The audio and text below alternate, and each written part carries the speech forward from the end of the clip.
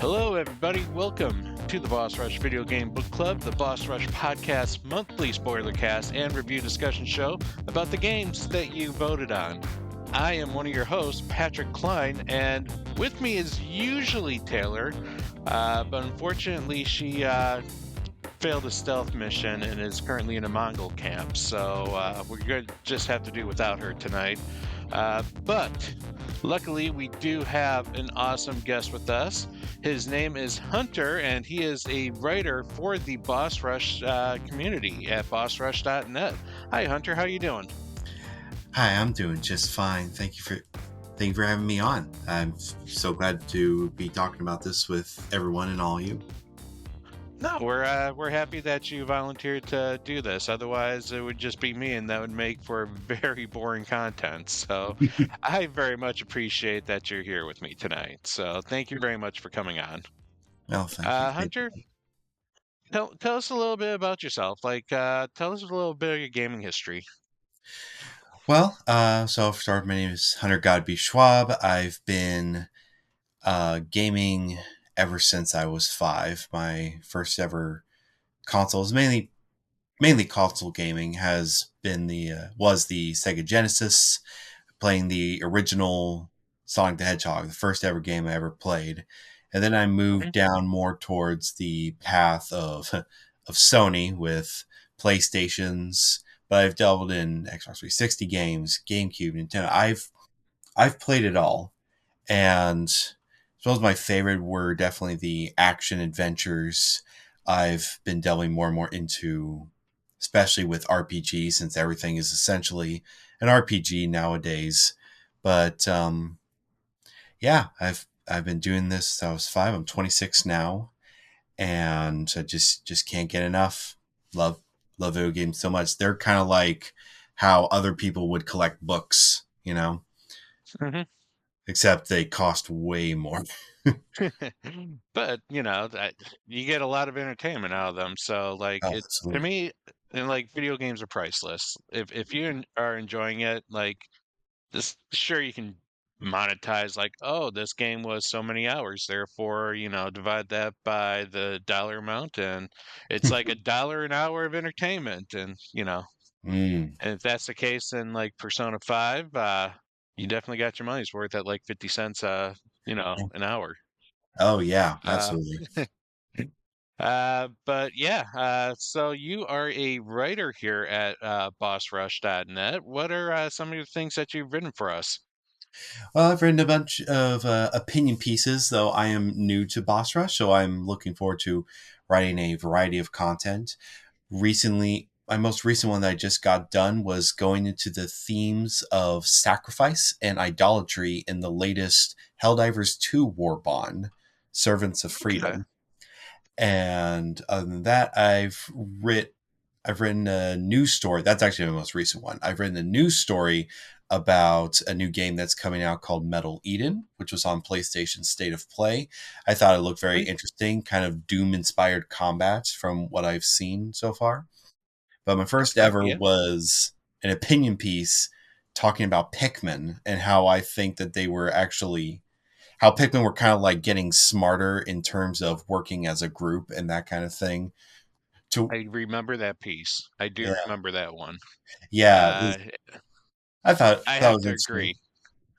They Yeah, definitely felt a lot smarter as of game 3 and 4, where game 2 and 1, I felt they were just dumb as rocks and they hmm would just purposely get into danger. oh my god, they would fall. They can't go Hmm. up ramps when you get like hundreds of them. They can't go up ramps. They just Yep. constantly fall to the side. And thank God the C stick mechanic became a thing, so you can line them up a little bit Mhm. better. And then thank goodness for Ochi in the fourth one, where they can all just jump on him and Yeah. you can carry them across those little ledges. Oh my god, yeah. And then you can take them across rivers. That's great. Love how Hmm. they were able to get along with Ochi. Yeah. No, I love the Pikmin series. That series is super underrated that I wish more people got into. Absolutely. Absolutely. Hmm. Well, unfortunately, we're not here to talk about Pikmin, though. What? We book club game of the month that you guys have all chosen was Ghost of Tsushima. It was a game that came out on the original PlayStation 4 and then was later upgraded to the PS5 and just recently the PC. Mm. And it was developed by Sucker Punch, and it surprisingly got about an 83 on Metacritic. But I think, Really? yeah, you know, I know there was a lot of debate about it being kind of an Assassin's Creed clone, but I think the longer it's been out, the more appreciated it's been, especially with the release of the PC, as well as all the additional content that came out. Because originally it was a single player game, but then it came out with the Legends mode, which is multiplayer. It has an expansion, and it just kind of garnered a community that way. So I feel like if it were to be reviewed in today's standards, it would probably be a little bit higher than an Yeah. 83. Yeah, I agree. But we luckily though it is spawning a sequel that is due out here later in 2025, Ghost of Yotai or Yotai. I'm not quite sure how it's pronounced. About 90% But sure it's Yote, but Yotai, yeah, that's kind of what I think. But you know what? I've been wrong before, so I am. Yeah, we'll just assume it's Yotai. mhm. But before we get into that, I just want to say to everyone, if you want to support the video game book club and Boss Rush podcast, you can go to our Patreon at patreon.com/Boss Rush Network and subscribe to the tiers on our Patreon that can grant you perks like exclusive pre and post shows, question threads for our Spotlight podcast, and early access to After Dark and other expansion pass content like this show. If you're a patron, you're already seeing this a month earlier than anyone else in the world. So thank you very much for your support. But those who aren't, as always, your viewership and listenership is enough for us. So please subscribe to the Boss Rush Network on YouTube and like this video. Or if you listen on Apple Podcasts or Spotify, leave us a rating and a nice review on these platforms. It helps us get noticed. And you can also go to bossrush.net to check out all of our banters, features, listicles, reviews, and many, many more things on the site, including Hunter's awesome articles that you can find there. Thank you. Yep. So let's get the discussion on the go here. We usually like to start these things off with just kind of our review and opinion of the game. So, Hunter, you being our guest here, why don't you tell me what did you think about this game? Like, when did you first play this? I first played this, I think, around the time, maybe a month or so later when it came out. Do we have a Hmm. release? Do we have a release date? When did it come out again? Yeah, you know what? I meant to do that with the gaming information. It was supposed to come out, or it came out in July 17th of 2020. Mm. So during the height of COVID, when Oh yeah, everyone was still like kind of in their house, but trying to get out because it's summertime. right, right. Yeah, no, that's actually a day, a day after my birthday. Um, Happy birthday. yeah. So from what I remember when I played it so long ago, I thought that this game was, damn near a masterpiece, a real work of art, honestly. Um, I remember the visuals were always so interesting, and there was every moment, every kind of like subtle thing or story beat that had like a genuine purpose. Yeah. So my opinion on the game was that I believed it to be very artful illustration and just a masterpiece in terms of like visuals. It was always so stunning to look at.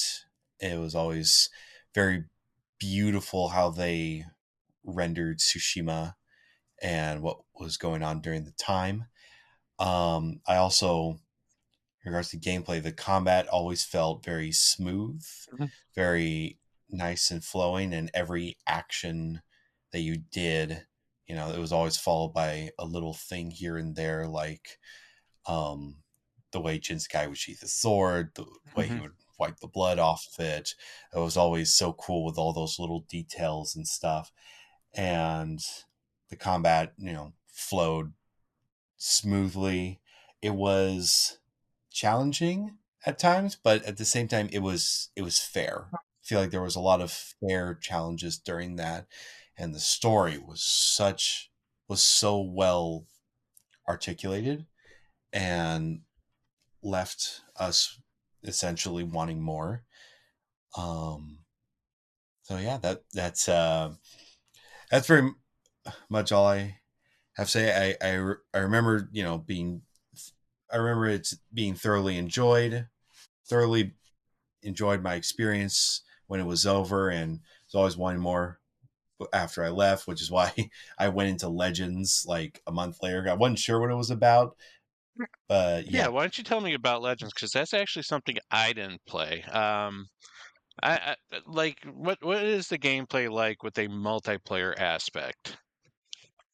So with Legends, there were uh, two modes. Each mode was pertaining to the side story that they had going on in Legends. Okay. Um, in particular, so there was a story mode where you essentially snuck around with another player, which was only you and someone else, and you had these different kinds of abilities that you could use. It would be too spoilery to talk about what happened in Legends, like Um, just like not get into like specifics, but just like uh, it's an alternate. yeah, maybe like I know it takes more on the mythology and more of the Mm-hmm. spiritualness of a Japanese mythos, if I remember. Like it deals more with yokais Yeah, and like onis and things like that, right? yeah. Well, not necessarily yokais and onis, but more like enhanced people with like this spirit blood energy that they were able to Okay. use. And with that, you had four different classes, which were it was Ronin, Samurai.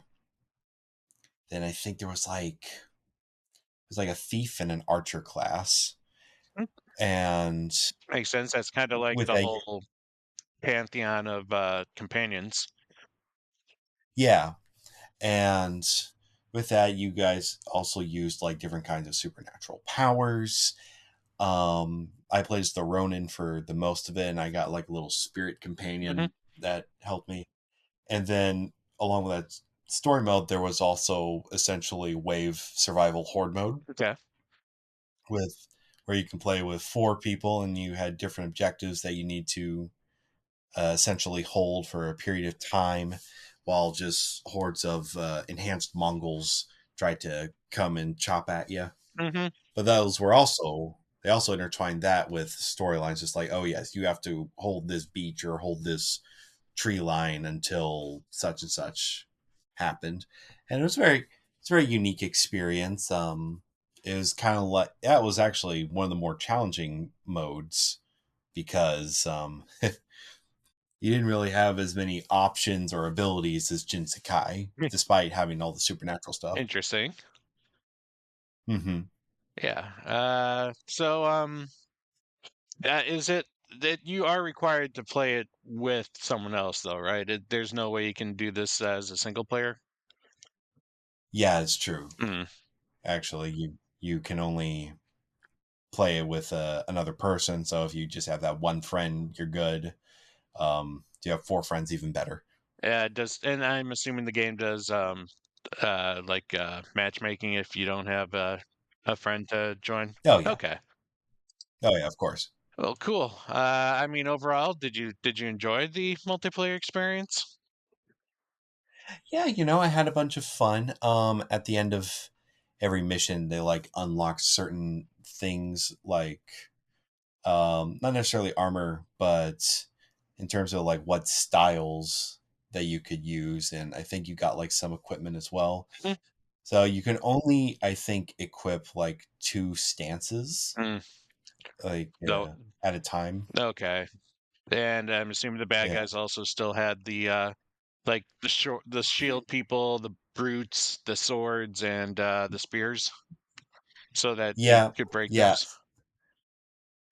yeah. Or rather, that you couldn't break them. That was really the tough time trying to figure out what stance you would need to bring in order to break those specific people, and hoping that the person you match made with got the other two stances, or you and your friend can coordinate. Mm-hmm. Yeah. Yeah, it was very very challenging, but it was a fun ride. Mm-hmm. All right. Well, awesome. I'm glad you enjoyed that. I'm fortunately not the biggest fan of like multiplayer experiences, so I had to step out on that one. Yeah.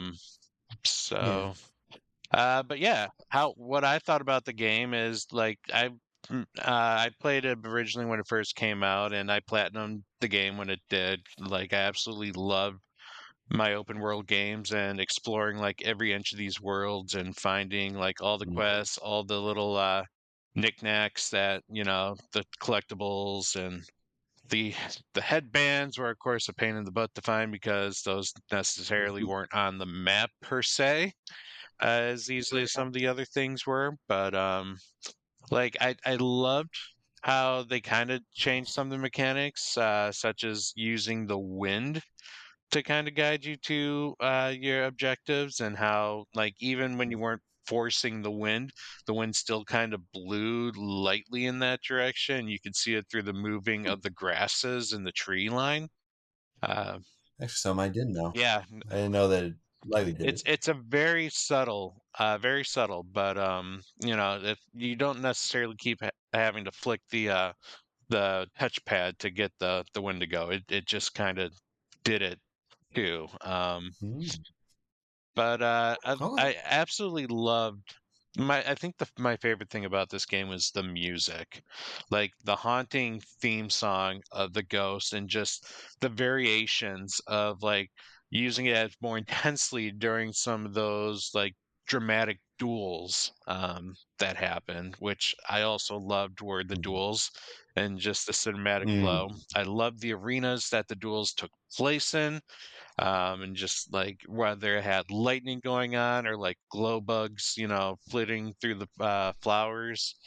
Um, which the graphics, of course, that's one of the things this game's known for is just how absolutely beautiful it is. Like, if it wasn't for all the Mongols and the death that was going on, this would be a perfect place to live, I think.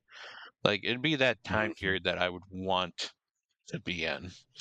Uh, I would say though, my complaint about this game is that it does get repetitive. Unfortunately, like the mission structure for almost everything is very similar, where it is get your mission, run to objective, fight a bunch of people, maybe run to a different part, talk to someone, fight more people. It's very rinse and repeat. Yeah. But I did enjoy the story. I did enjoy the characters. The first time I played it, I did play in the English language, which it was okay. But then I played it again in Japanese, and I feel that the Japanese language fits the game a lot better, and that the voice actors also like I felt more emotion out of their Hmm. dialogue. And in my opinion, Jin Sakai in particular was a very one-dimensional character when he was spoken English. Like he always sounded very stoic. He it's just like he didn't have quite the emotion that he did on that his Japanese actor portrayed. Yeah. Hmm. But overall, like I really like the experience. It is a little bit lengthy for those who want to be collectors, but it is definitely a game that I say defines the PS4 era, and definitely one of the more newer Sony IPs that you know defines what Sony is good at, the single player narrative driven experiences. Um, Yeah. so I look forward to seeing what the sequel is going to bring to the table. I know it doesn't have quite the connection to Tales of Ghost to the Ghost of Tsushima. Oh yeah. No. Um, Yeah. It's like hundreds of years later. yeah, so I don't even know if there's even going to be like ancestors or like any mention of Jin Sakai and the Ghost. Um, but we will see. Either way, it should be good. It looks beautiful, and I'm excited. So. Yeah. Definitely. I'm definitely getting it. Yep. So this is the part where we will chase anyone out who hasn't played the game yet, like I just mentioned, play the game. This game is definitely something you should experience, and not just through our words. It really is something that needs to be played. Um, Mm-hmm. we're actually going to be doing something a little bit different. Normally, with these spoiler discussions, we kind of focus on the main story. Uh, that's kind of hard to do, though, in this example because this is an open world game and the story can kind of go every which direction. But I think we want to actually focus more on the side characters tonight. So we're going to be talking about all the companions of Jin as well as their story. So this again is your final warning. Stay if you want to, but know that there are spoilers. Many, many spoilers to come. So give you a minute. Mm-hmm. You don't have to go home, but you can't stay here. Yep. All right. So Ghost of Tsushima, like this is there's a handful of characters in this game. Like there's not a whole lot, but they have very prevalent stories. And that Jin kind of feels more as a side character to those stories. But in a sense, they also like interesting to see how some of these characters evolve or don't evolve or just like they all have their deep faults. Um, they're all flawed in some kind of a way, um, but they're still very human, and that's kind of one of the cool things Mm-hmm. about these kind of characters is just like seeing their stories evolve and knowing that none of these people are really perfect, uh, but they help Jin kind of, come to terms with his own goals as well as Jin helping them come. Um, Mm-hmm. so I think we should start with probably one of the first characters that the game introduces. It could send you one of two ways to collect these characters. You could either go to Masoko Akeshi, um, or you could go to Sensei Ishikawa. Sensei Ishikawa is an archer, and Masako is she's basically a samurai class. Um, Mm-hmm. most people probably go to Sensei Ishikawa because he's actually the closer of the icons, and Yeah. he's the one that actually gives you a bow. So the bow's kind of an essential piece in this gameplay, especially if you want to be stealthy. Um, Mm-hmm. so Sensei Ishikawa, he you get to the sensei, and he's kind of troubled at the moment because he had a student disappear. And this was someone that he was kind of very close to, um, by the name of Tome. And so at some point, he you go and you try and like figure out what's going on because you're hearing rumors of a Japanese woman with these Mongols. Right. Yeah. And so you don't know if it's her, like what's going on. Like, is she being coerced? Is she, doing it on her own free will?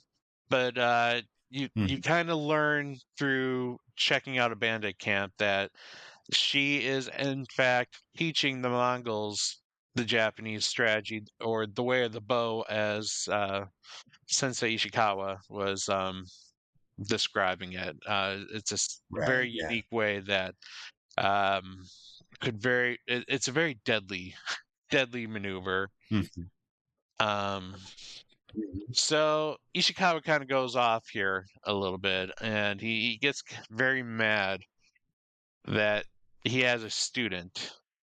And you remember why he was like particularly really mad that it was Tomei, that Tomei was helping these guys out? Remember like what was that the plot point that they were having a discussion with? Gosh. Actually, I don't unfortunately quite remember what that point of contention was. I want to say it was some kind of. either it was something more material that happened, or it had some kind of dealing with not necessarily philosophical, but like ways of differing with ways of thinking. I remember it being a little bit vague from what I recall. Mhm. The what I think I remember happening is that this is actually the second of his students that he has trained, and also the second of his students that has taken what he taught and used it in a negative connotation. So the first one was Right. like, shame on you, fool me once, shame on you, but fool me twice, shame on Mhm. me. And I think he was really like it really hurt his pride to know that again, someone that he taught, I believe it was like the son of the leader of his clan. And then when the leader of the clan Mhm. died, like the son was like going off on a rampage and like using the bow to like terrorize like the people of his prefecture. And Right. and it was up to Ishikawa to actually kill his first student.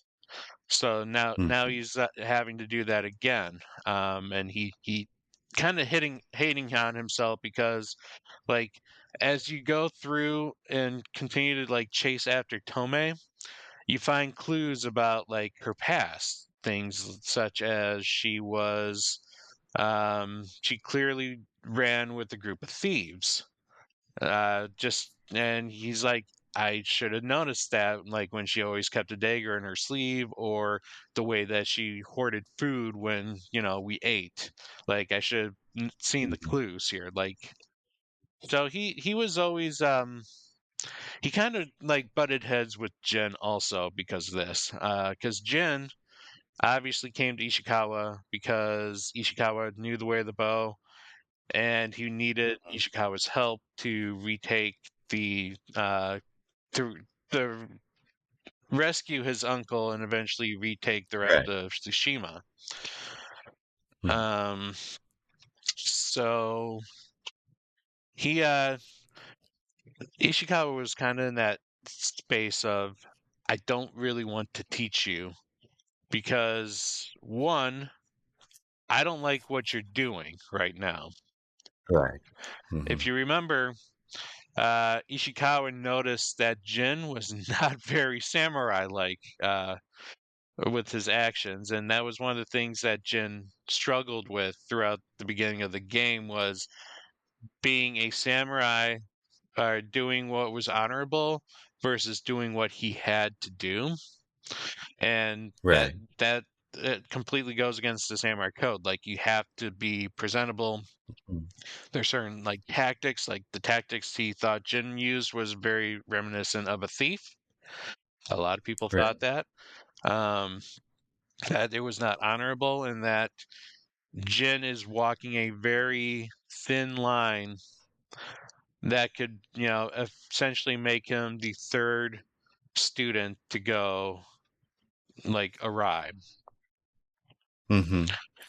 Yeah, it was from what I recall, especially in most of the Tales series, is that there are often these. I feel like in Tsushima, there with these tales, there are tropes of versions where usually because this the story of Ishikawa is definitely a debacle between master and student, and when one supposedly supersedes the other, Hmm. and who knows if Tomoe was just planning to steal essentially his teachings for her own good anyway, and then try and get a better deal off of it, especially with the Mongolians.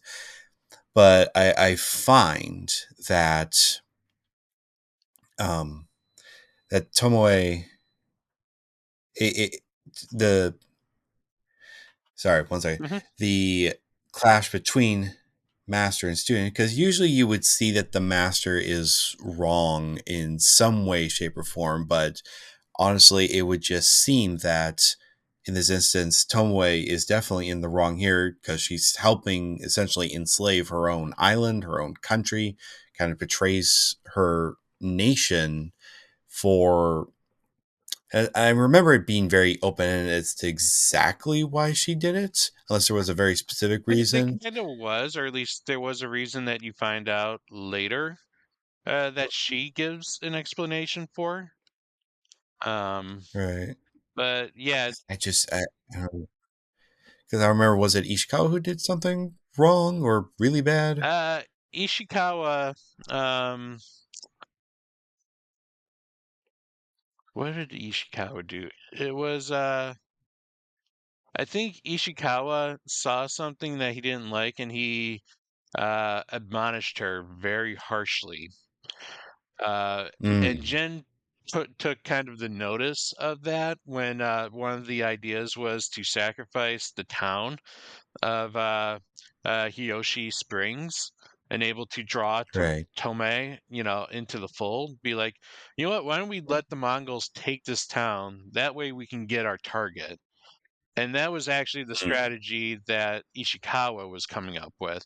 And Jin's like, no, you're so one-sided here, or like like single-sided, single yeah, narrow, minded.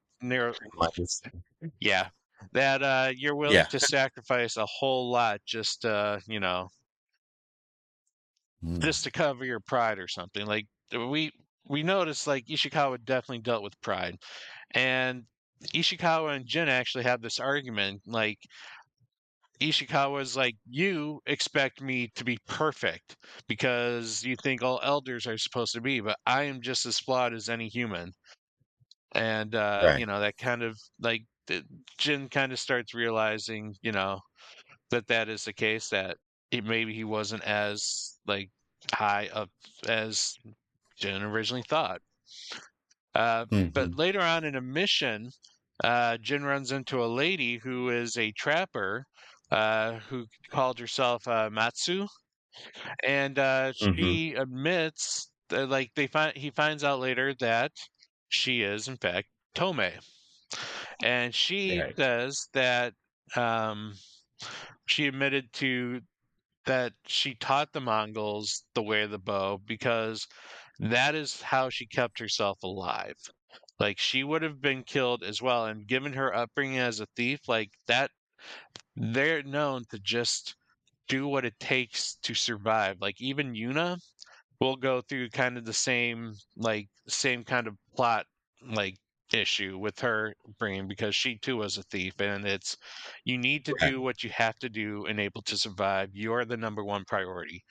And that she does admit that she was killing other people of the island, but she was saying that the way she killed them was a very quick and merciful death versus how the Mongols were killing. So she almost kind of Hmm. portrays herself as, I had to do what I had to do, and the sins that I committed, I tried to make less, I guess, less sinful because they were going to die anyways. I just made it quick. Right. And that honestly is just kind of like this overarching theme with Tsushima in general, like what you need to do to survive. But in this case, Ghost of Tsushima to me always was talking about war and the necessities that war dispels when in conflict. And essentially getting into that calculus of war and doing what you have to do in order to win. Otherwise, it's death. And having to fall back on these ideas that there is any kind of fairness or code is just, it's outdated and just not true because all is fair in love and war. Hmm. Yep. So to kind of help atone for her sins, she essentially reveals where the Mongols are. And Mm. so Jin and Ishikawa go and they fight the Mongols. And after they do, they rush to where they knew Tomei was going to be. And they see Tomei escaping off to the mainland in a ship. And Ishikawa is standing there notching his bow when Jin notices a letter on the ground, and he reads it to Ishikawa, and it's a letter of Tomei letting Ishikawa know that she was forever grateful for him taking him in and thinking of her as a daughter, and that she is sorry. And Hmm. eventually, Ishikawa decides to just let her go rather than, finish her off. Do Hmm. you feel like this was a good conclusion to the story, or do you think maybe she got away with literally murder? Well, yeah, you could definitely put it like that, but once again, when in war, innocents are bound to perish one way or the other.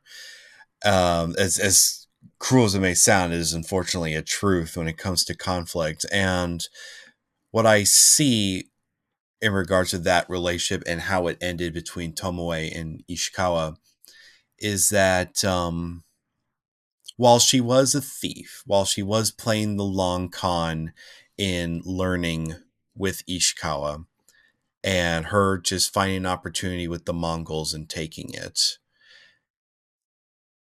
At the end, she did her best so that she could essentially redeem her character or have feel good in one way or the other about this messed up situation that she found herself in. Because that's the kind of thing with investing in a long con is that you don't know what that investment's going to cost you. And, Ishikawa, while he did get conned, he's not a perfect guy either, willing to sacrifice the town as he was about to do and as he did. Um, it wasn't a great move on him, and he's not a perfect man as well. So I feel like if whether he did or didn't forgive him, I think we aren't exactly supposed to know. Forgive her, rather. Mhm, Um, I feel like he left Tomoe and him parted ways with a bit of understanding of one another and maybe not mutual respect, just simply understanding that they did what they had to do. And Ishikawa had not, didn't really, at least he felt like he didn't really have much of a place to judge her actions as of this time because they know that she was just going to get treated like some other thief if she admitted to being a thief and roving with a band of thieves.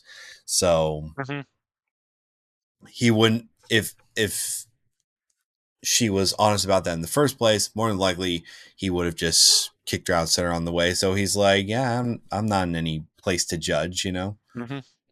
Yeah, Yeah. I mean that's the beauty of this game is that things are so gray on a lot of the Hmm. morality scale. I personally think she got away with murder here.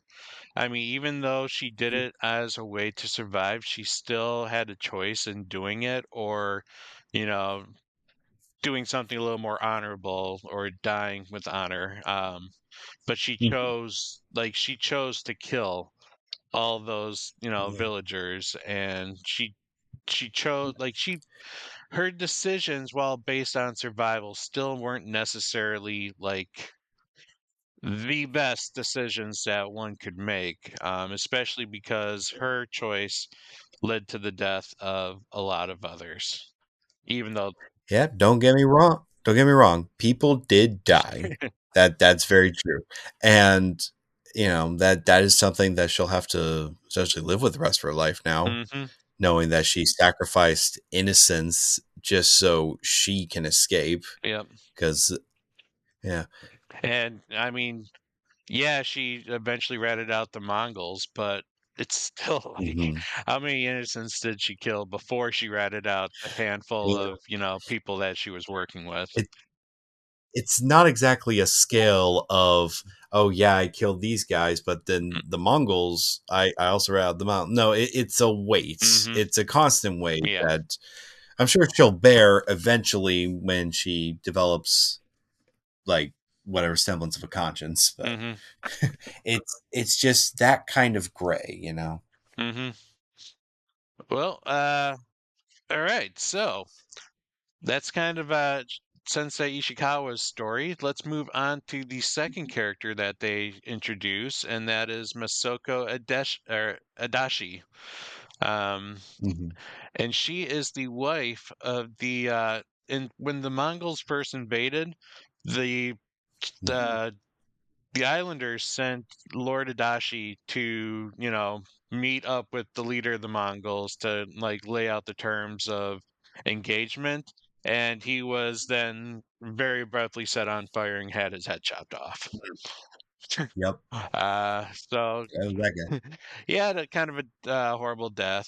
But then we learned that Masako also was experiencing quite a bit of an ordeal herself, as when you go to her estate, you find that it is in complete ruins, and there are like bodies of thieves everywhere. And you finally find her, and she's like frantic, and she's screaming that like they killed all of her family, and she like really wants revenge. Like they literally killed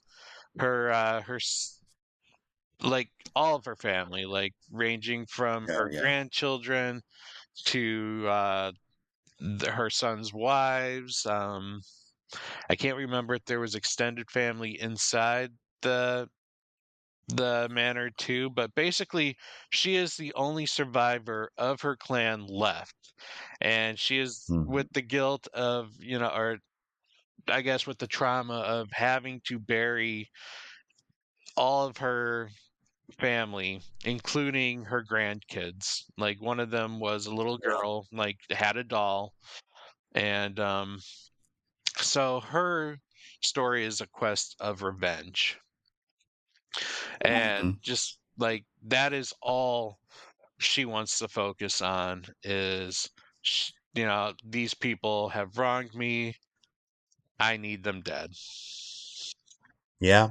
Yeah. That was a very heart wrenching story that, if people were ever put into that situation, they would definitely have been very, very vengeful. But then what we learn along the way with the vengeance plotline is that, when she gets as much vengeance as she can with all these different people, to the point where I believe she actually does come to blows with Jin around the midpoint of the tale. I mean, she's there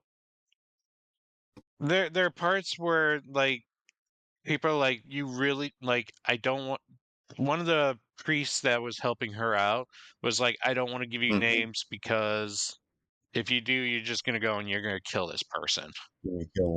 Yeah. And And that, Jin yeah. obviously is advocating for, hey, these people might have committed a crime. We don't know. She lost her family. She has a right to know if these are her, Mhm. the people who did it. Um, Yeah. but what's interesting is that as you're going through her little hit list of people Mhm. that, she kind of finds out, like originally it started with like a one of the priests at a temple. You find Yeah. out that like every single one of these people almost had a reason to hate Masako as well. Mhm. Granted, were their reasons good? Not Yeah. necessarily, because like some of them were stealing from like villagers, like they were hoarding food, or they were cheating. Like she and her husband kind of like criticized people, and they lost reputation. Mhm. And um, but generally, though, most of the people that she accused, they weren't also good people, but she Yeah. called them You know, out. you get yeah, you get slighted once and then Mhm. you think the world owes you, you know? Yeah. No, this her stories Yeah. are very classic. An eye for an eye will make the world go blind, because she pissed off Mhm. these people. These people wanted revenge. They got their revenge, pissed her off. She wanted revenge back. And eventually there was a whole lot of dead bodies on both sides because of this. Mhm. Uh, Yeah.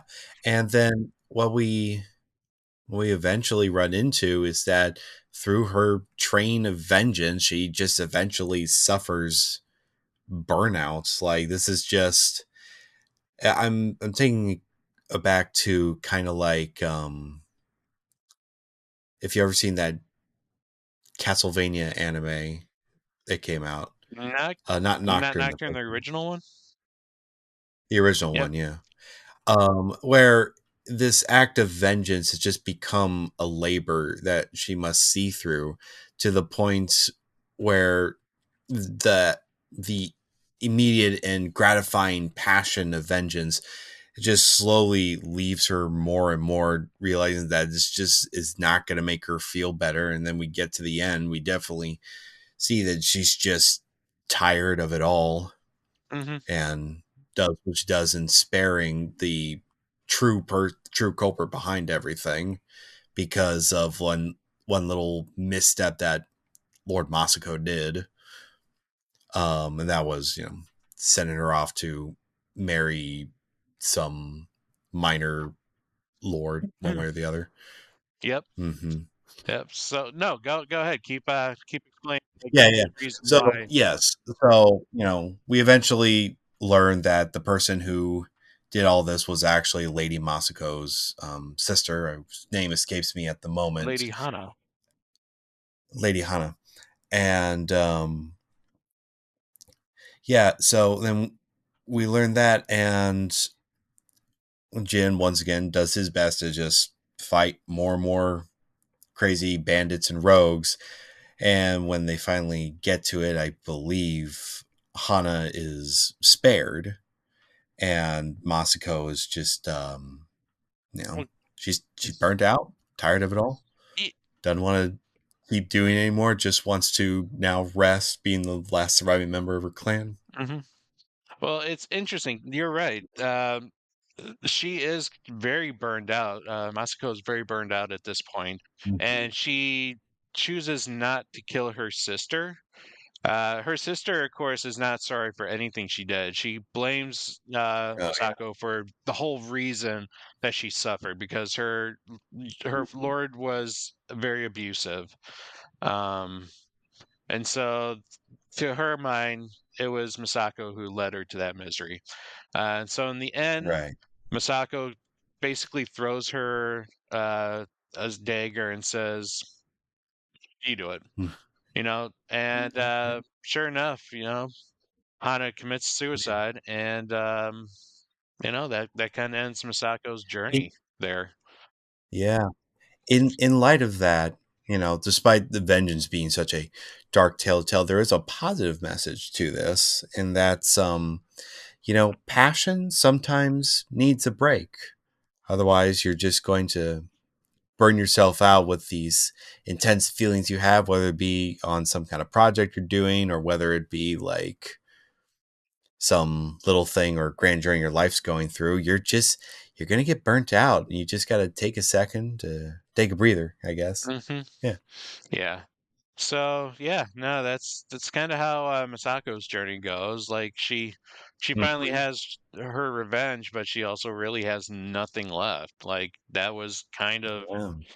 that was it. Like I mean, I don't really even know what happens to her kind of at the end. Like I guess she just chooses on living, but she doesn't really have a Mhm. purpose anymore. She no Yeah. longer has her estate. Her entire family now is dead because her sister Mhm. betray her. Yeah, but she's Yeah. alone now. So not quite a Yes. happy ending, but she did essentially Yeah. get what she wanted. Mhm. All right, That's for sure. let's move on to Yuna. This is the character who saved Jin at the beginning of the game when Jin gets thrown off of a bridge during his first attempt to rescue his uncle at Castle Sonata. Mm. Um, Yuna is a thief, and she is constantly belittled by the samurai class because of it. Like, they are known as not having any honor whatsoever. She, however, Mhm. like all she wants is to get out of the country with her brother Taka. And while Taka's story is more in the main quest, so we won't really talk about like Taka and his relation or what, the tragedy that unfortunately happens to Taka, which was very Right. brutal of a tragedy that Oh yeah. happens to him. Yeah. Um Bad. Yuna had another kind of a story as well, one that involved more of her childhood and trying to come to terms with people that essentially took her in, but were insanely abusive um, to Mm. both her and her brother.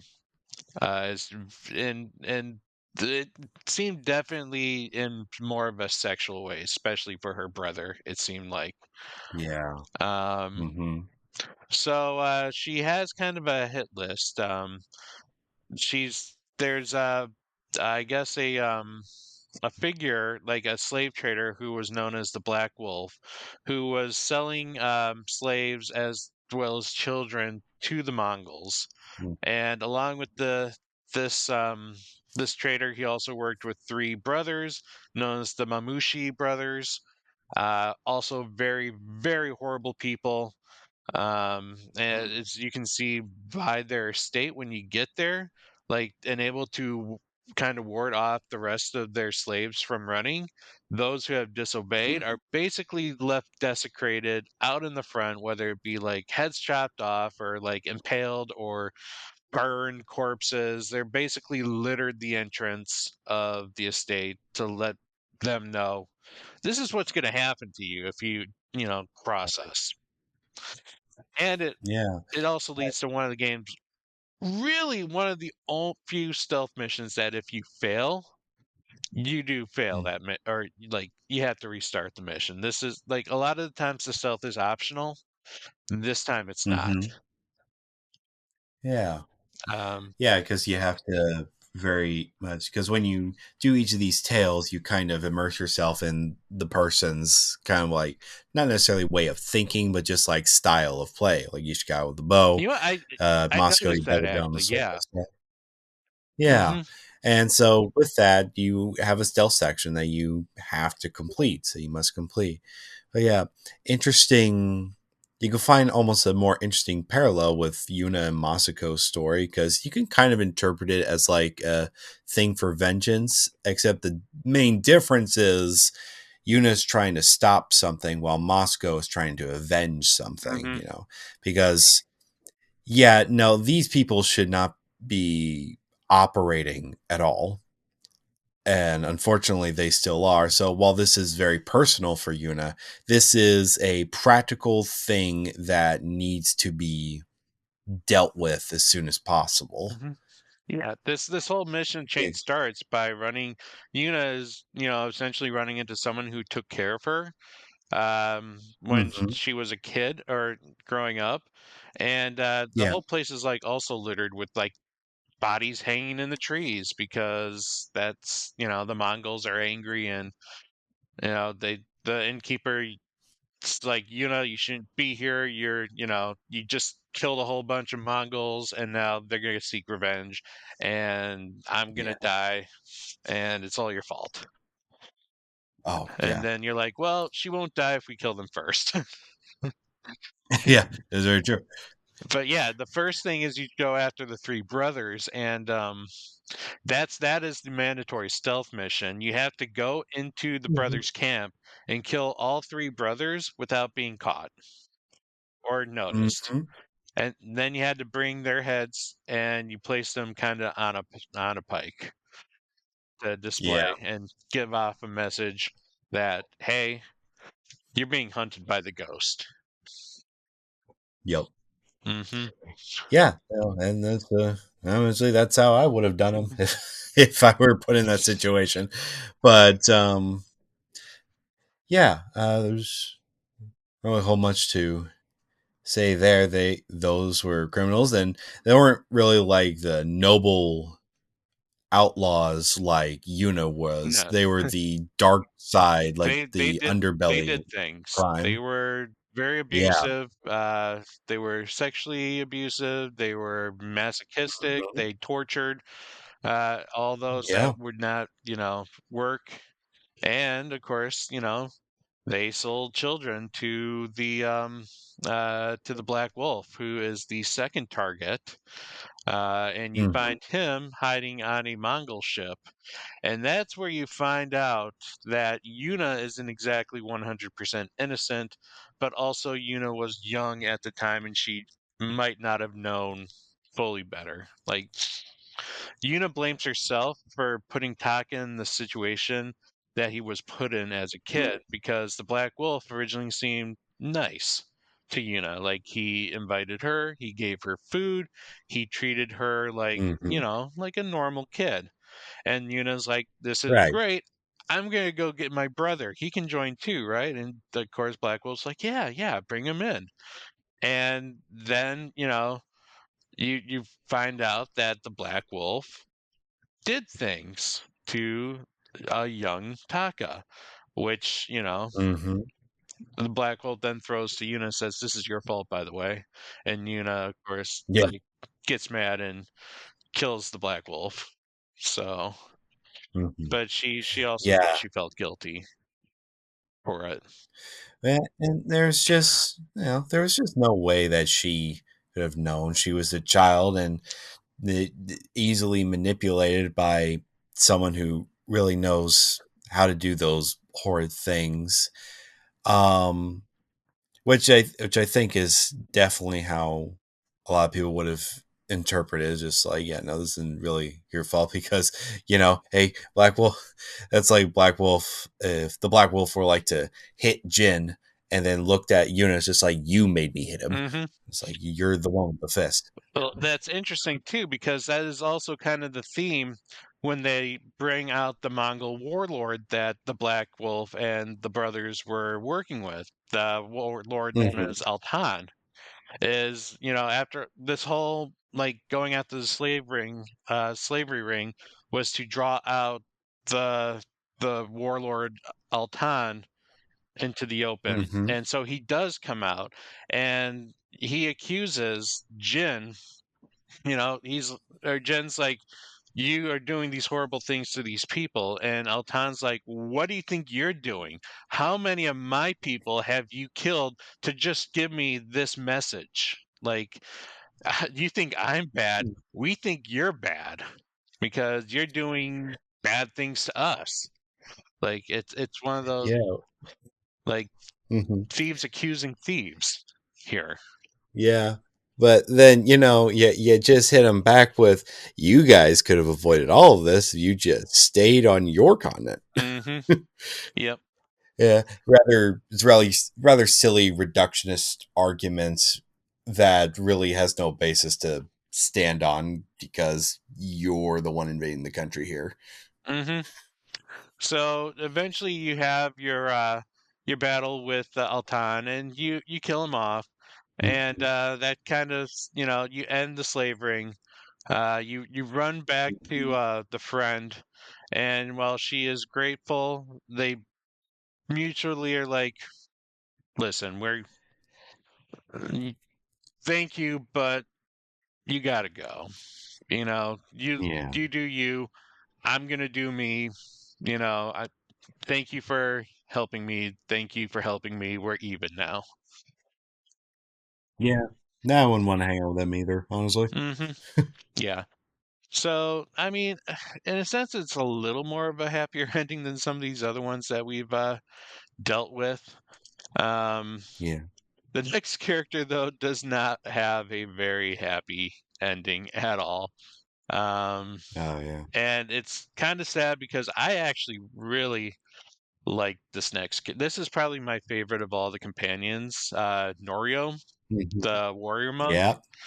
Like Warrior monk. this Love 'em. this is a man who was just trying to do his duty and gets caught in basically Mongol torture.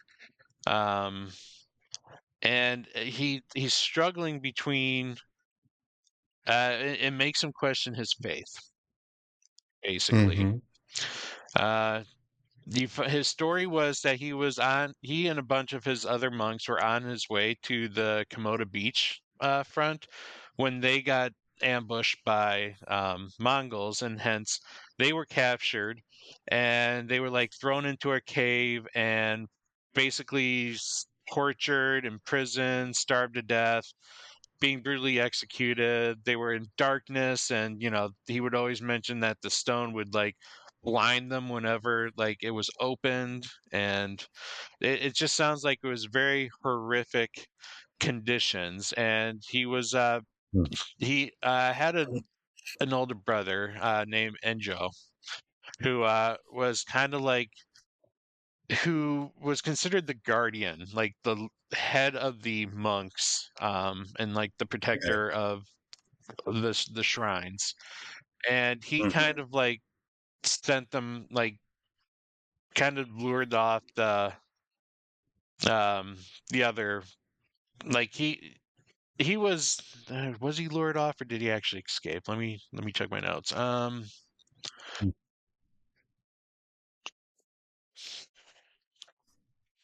Okay, so he Norio does not know what happened to Enjo. It's assumed that Enjo was killed with the rest of the warrior Mhm. monks. And Right. Norio wants to, start his mission starts off with trying to rescue one of his friends, Hochi, um, who was a monk that was, of course, attacked. And Mhm. you eventually find Hochi. Hochi is dead, though. He was eventually was wounded and he died from his wounds.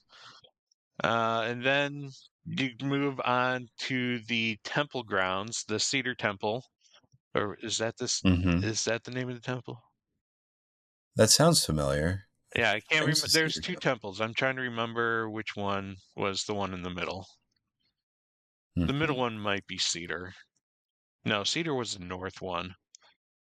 I don't know. That Mm. one of the temples, the Yeah, one of temple the that's temples. in the middle of because Right. Middle of you all have system. gold, you have cedar. There's something right there in the middle. Kushi, Mm. Kushi Temple. Kushi. That's the middle one. Okay. So you go to the Kushi Temple, and they're of course being threatened by the Mongols. They're basically told, "Get out while you can, and let us have this temple." And the archpriest has gone missing, and the Buddha was stolen. So you Mhm. go and you find out that the archpriest was killed, but he left a message to kind of keep the monks from like disbanding and like losing their faith. And you find the Buddha statue, and you do eventually bring it back to the temple. However, Mhm. while the monks are out bathing, um, the the Mongols come and they're like, you know what? We're coming in attack. We're giving you the ultimatum right now. Leave, or we'll, invade right now. And of Right. course, this is kind of one of the moments that Norio is like having a dilemma because in his mind he needs to protect the faith because he thinks that's what his brother would have done. So while the Mhm. monks are outside the temple wall, Norio refuses to leave and wants to protect the temple because the temple is the symbol. So Right. Jin's like, screw you. He goes and saves the monks, and he's almost not being like overrun by the Mongols. But then Norio shows up and is like, you know what? You were right. People are people. Like the temple is material. People are not material. Like we have to keep them forefront. Which then, after you save the monks, you go back to the temple. And what's great is that if it's funny because I remember doing this scene and running back to the temple, and the monks are all like in their loincloths, running with like Yeah. spears. And then somehow, like, I turn briefly and then relook at this monk that was originally running in his loincloths. He's fully robed at that point. So it's Yeah. like, ah, Where's he? Where's the guy? it's like that was kind of magical there. But you go I and love getting caught with your pants down. yeah. You get to Kushi Temple, the Mongols are there. You chase off the Mongols, but you find that the Buddha statue was broken. And so, it again, it's like it's kind of that feeling that Norio's like he's arguing like I don't know if like I have the faith in this anymore. Like this wasn't my original intention. Like I just wanted to be with my brother. Like and we both, Right. kind of became this like these two warrior monks who wanted to protect the temple. Um, but he was the guardian, and I was cool with that. But now he's gone. and people look at Norio as kind of the guardian, like he's got to pick up his brother's role. Mm-hmm. Um, so he's kind of got that conflict of like, what am I? Like, now that my brother's not here, like, am I the warrior monk, the guardian, Mm-hmm. or like who am I? Yeah. Definitely when it comes to these um crisis of faith stories, characters will often ask themselves, simply put, what am I? Am I if yeah, and he's definitely asking a lot of questions like what would my brother want me to be versus what I think I should be or how I perceive myself to be. Hmm. And the way I think about it, minus the fact that how his story ended, he went on this like war path at the end of it from what I remember. Because there's while the while the artifact was sacred, sure, it is just simply a statue, which is why when I was talking about idolatry in my last thing that I wrote, Hmm. the point with that is that where with Norio, it seems like you're trying to find out like see the point is Norio, where is your faith? Is it faith in this statue that broken while priceless? It is simply just a statue. Where do you place your faith in these kinds of things? Hmm.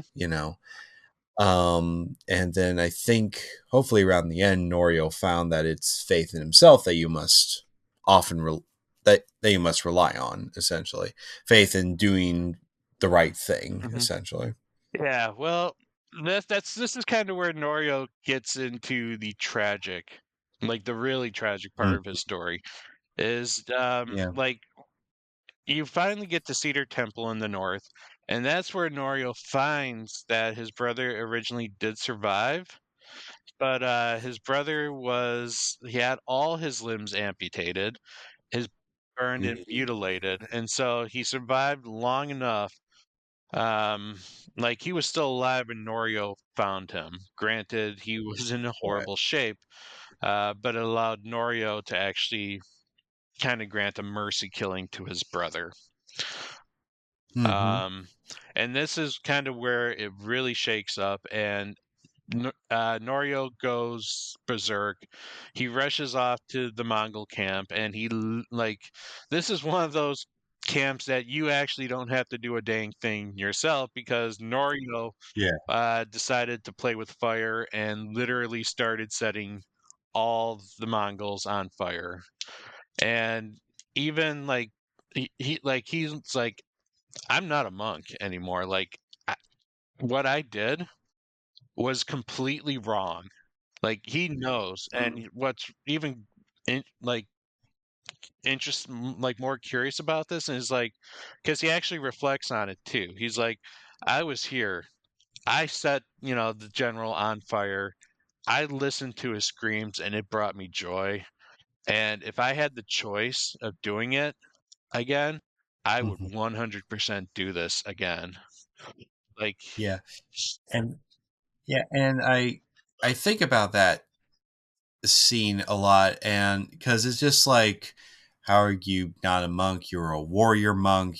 mhm, Fighting is part of your religion and faith, but that's like a very surface level interpretation. What I think maybe some people miss, or maybe people got it and I just missed it at first, is that the reason why he believed himself not to be a monk is because he took joy and pleasure in other people's suffering, mhm, which in his mind denounced him of his own faith to enjoy these sorts of things, especially in the name of, once again, vengeance, which I'm sure is also not a very monk mhm. thing to do. I don't know what they call monks in Japan because Shaolin monks, that's Chinese.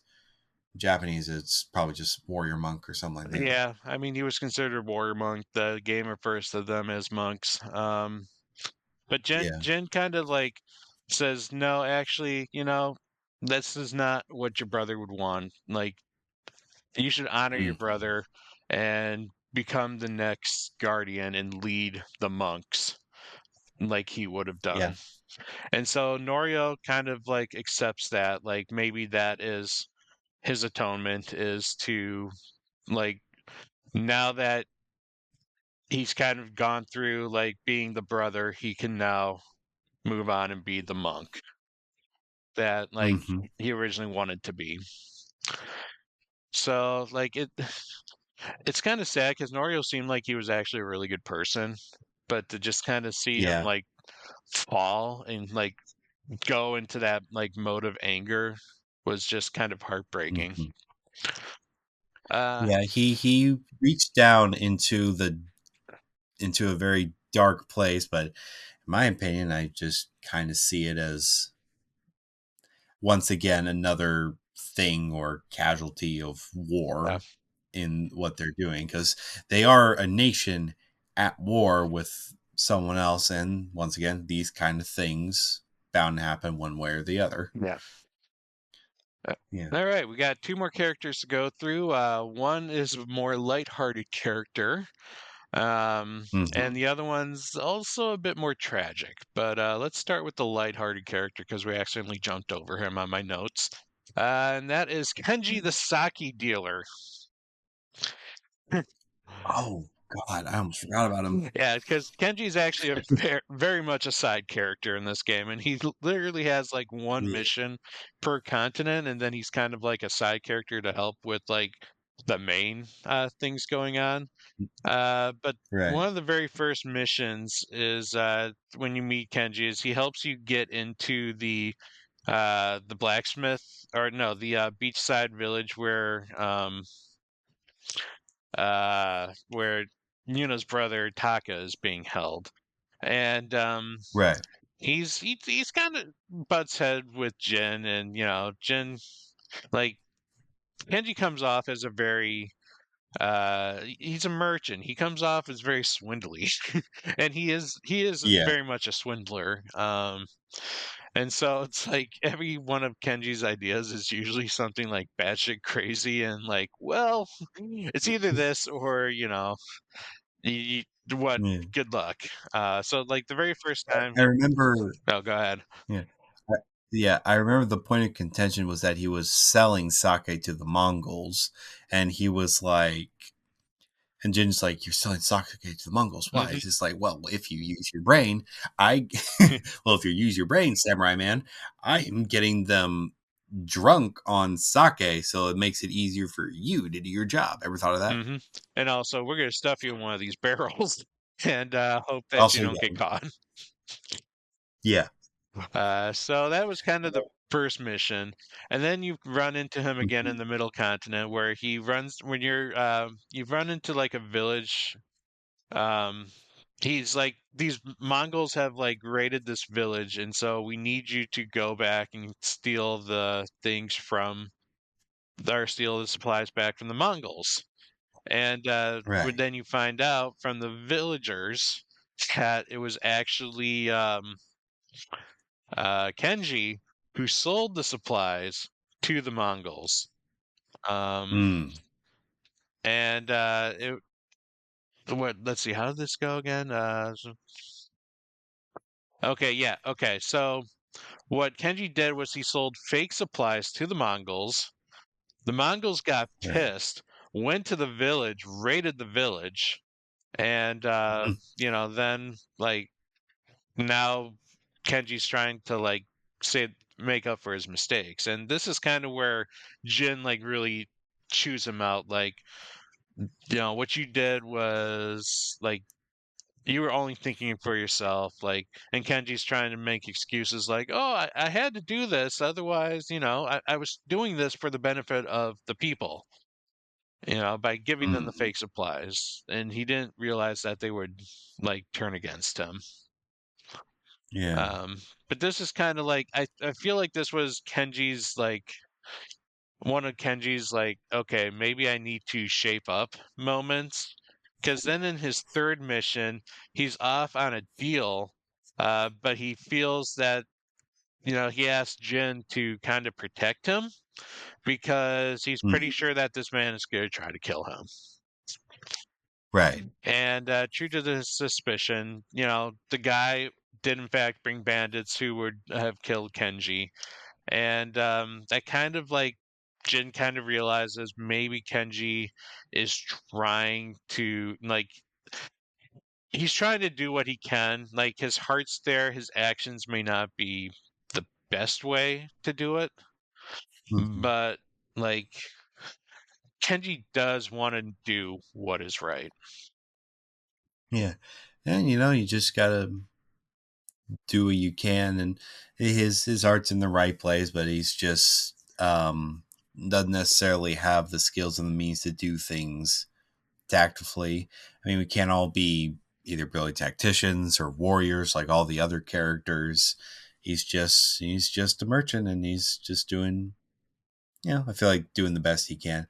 I don't really particularly remember him too well, but Yeah, yeah, sneaking to the barrel, I do kind of remember that part. yeah. No, It's he pretty funny. he was fraudulent, and he did like he tried to do his own way to what he thought was right, but it ended up hurting more people than not. So he was just kind of more of a fool character. I feel like slightly Yeah, more comic reliefy. little village, yeah, a little bit of village idiot kind of Yeah, thing. the drunk uncle, the idiot. Yeah. Um, but then we finally get to the final character in unless you count uh Ryuma, was that his name? The best friend, Ryuzo. Thank you. Unless you count Ryuzo, which really his tale was only like one mission, and more Yeah. ties to the main story. So we're not really going to talk about him. But we will Okay. talk about Yuriko, and she Hmm. was the house maid of the Sakai family. She served the Yep. original Lord Sakai, and after Lord Sakai passed, she helped raise Jin to become the Hmm. man that he was. But she also had another talent, and that was she could make poison, and that becomes a very controversial thing in the game. Uh, but Yuriko's basically like needed like she wanted their first mission was to kind of gather ingredients. But it's interesting, like she would tell these stories about Jin when he was younger, and getting into trouble, and like just maybe times when Jin was sick, and like telling Jin the stories of his father. However, you're Yeah. noticing something when she's doing this. She occasionally slips up and calls Jin by the wrong name. She Hmm. accidentally leads them to the wrong places. She's kind of being a little bit on the forgetful side. Yeah. Um, and Jin, of course, is catching on to this, and like he's wondering like what's going on. He notices he feels like you're not doing well, but she's like, no, we have to keep doing this. Let's keep on going through the journey. Let's get you your ingredients so that we can make these different poisons for you. Um, and then the second part of the journey, you get to a hot spring, and this is kind of where she really lapses in her mental state. Like it is very clear that she has dementia. Um, Hmm. and she is remembering her past with Jin's father. And you find out that she and Jin's father might have had a little bit of a fling after Jin's mother passed, not during, Okay. after. Oh, okay. That actually confused me for the longest time. I thought, that opened up a whole new different, like, a different arc for Jin's father and the kind of man he was when he was alive. No, no, it happened Yeah, after okay. because she talked about after Jin got sick, his mother eventually got sick too, and she passed away. And so she was talking about I see. like you know, Lord Sakai, like she basically took on the role of being Jin's mother, and she remembers like Lord Sakai taking them or going to the spring, and they probably had a little bit of a fling in the hot spring, possibly. I don't know, but she Right. mentioned that Fling in the spring. yeah, she mentioned that was like one of the best days of her life. And of course, this is Mm, probably very much of a shock to Jin, or Jin, because it's like, wait a minute, you're telling me that basically my my nanny got with my daddy? Like I'm yeah. not quite sure what to think of this. I I'm not sure.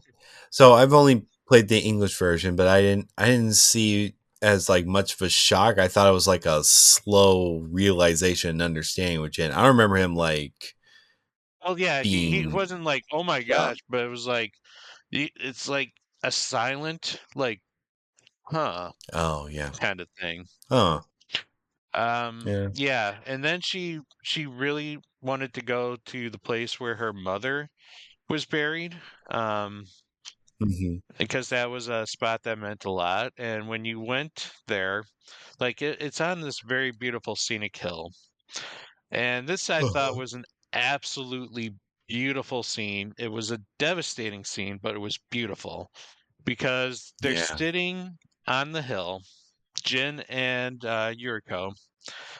Yuriko's basically mentally gone at this point because she only sees Jin as Lord Sakai, his dad, Mm-hmm. and she's asking him, "What is it that I'm having trouble seeing right now?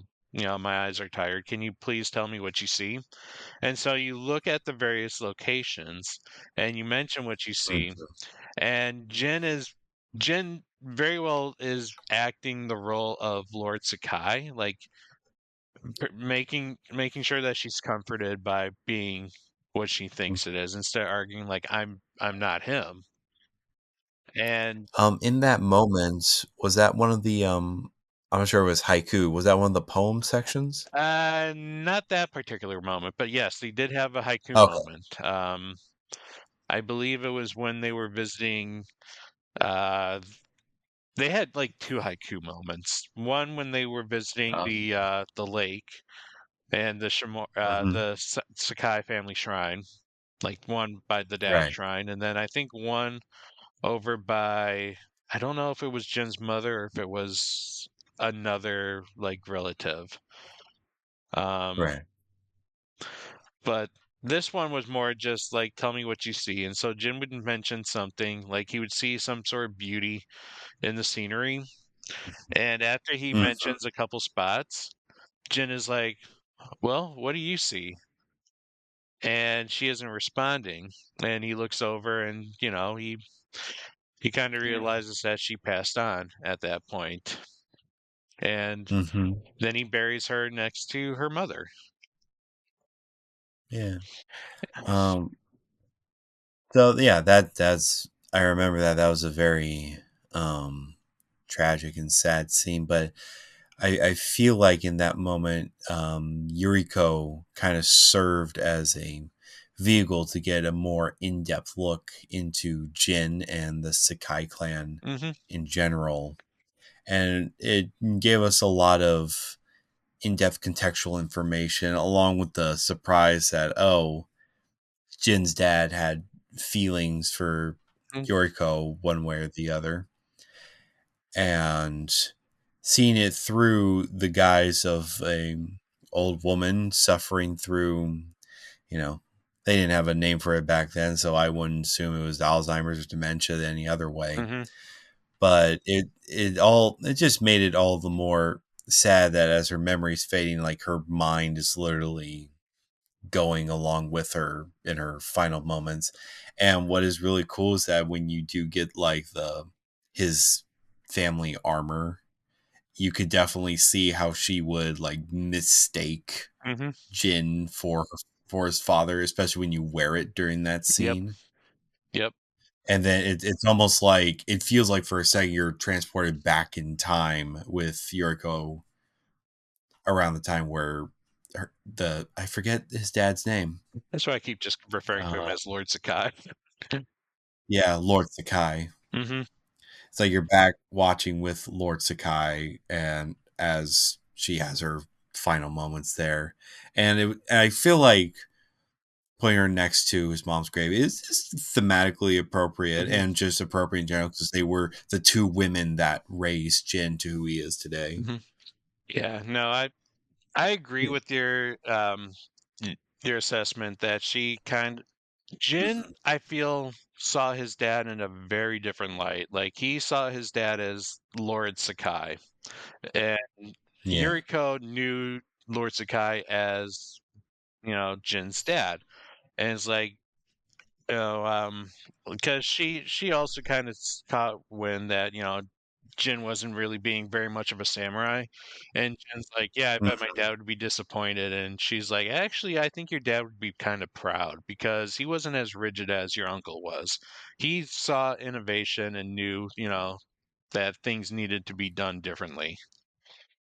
Mm, So I it see. was kind of like, no, this is actually who your father really was as a person. Okay. Like he did not see the caring side as much as, I don't know whether it's because he was younger or but he did not know about like the time when he was sick and like how worried his father was and or when Hmm. their family was attacked by bandits and how his father literally like went on bloodshed to like, I guess, get revenge and make sure that all the bandits were like killed. Right. Like just he finally got to see his dad as his dad, and instead of being the person that he thought he disappointed. Yeah. Yeah. Um, and I'm just gonna lead that into if you haven't, like, to those who only played the main game, play the Iki Island expansion. All right. So I just want to throw just aside to anyone who's only played the main game to check out Iki Island, just because I think that story in particular does a very good job of uh, Jin coming to terms with the guilt of his father's death. Um, and plus, it's more Ghosts, and Ghost was a great game to play. So definitely like check out the series. But that will do it for our spoiler cast tonight. Like I said, a little bit different. We, wanted to focus a little more on the side characters than on the main character. If you want to find out about Jin's quest, just play the game. Like, have fun with that. Um, but yeah, so thank you very much for everyone watching and/or listening to this episode of the Boss Rush Video Game Book Club, part of the Boss Rush podcast and the Boss Rush Network.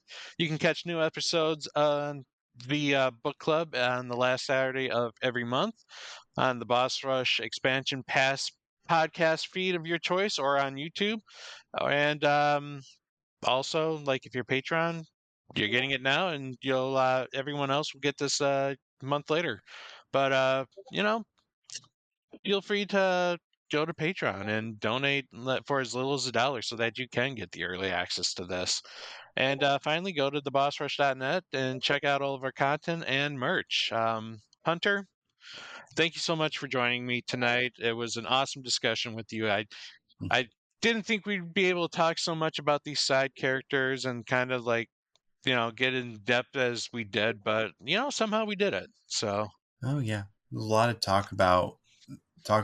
There's a lot to talk about when it comes to such a story driven and amazing game filled with layers and layers of themes and storytelling that goes on. And I'm just really happy for this opportunity to share my thoughts with everybody about it. mhm.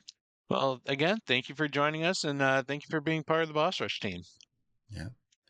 All right. Thank Mhm. you so much. Yep. And thank you all for listening tonight. And as always, we hope to see you on the next podcast, which I believe we are talking about mouthwashing, a psychedelic horror game that came out recently on the PC. So until then, thank you for watching and or listening. Until next time, take care. We love you. Be better. Bye. If you want to see how you can become a Patreon producer, head on over to patreon.com/BossRushNetwork. The Patreon producers for this month are Adriel Munger, Austin Campbell, Celeste Roberts, Christian S., Sana Dierig, Francisco Santillan, Matthew Keel, and Todd Oxtra. Thanks for your continued support of the Boss Rush Network.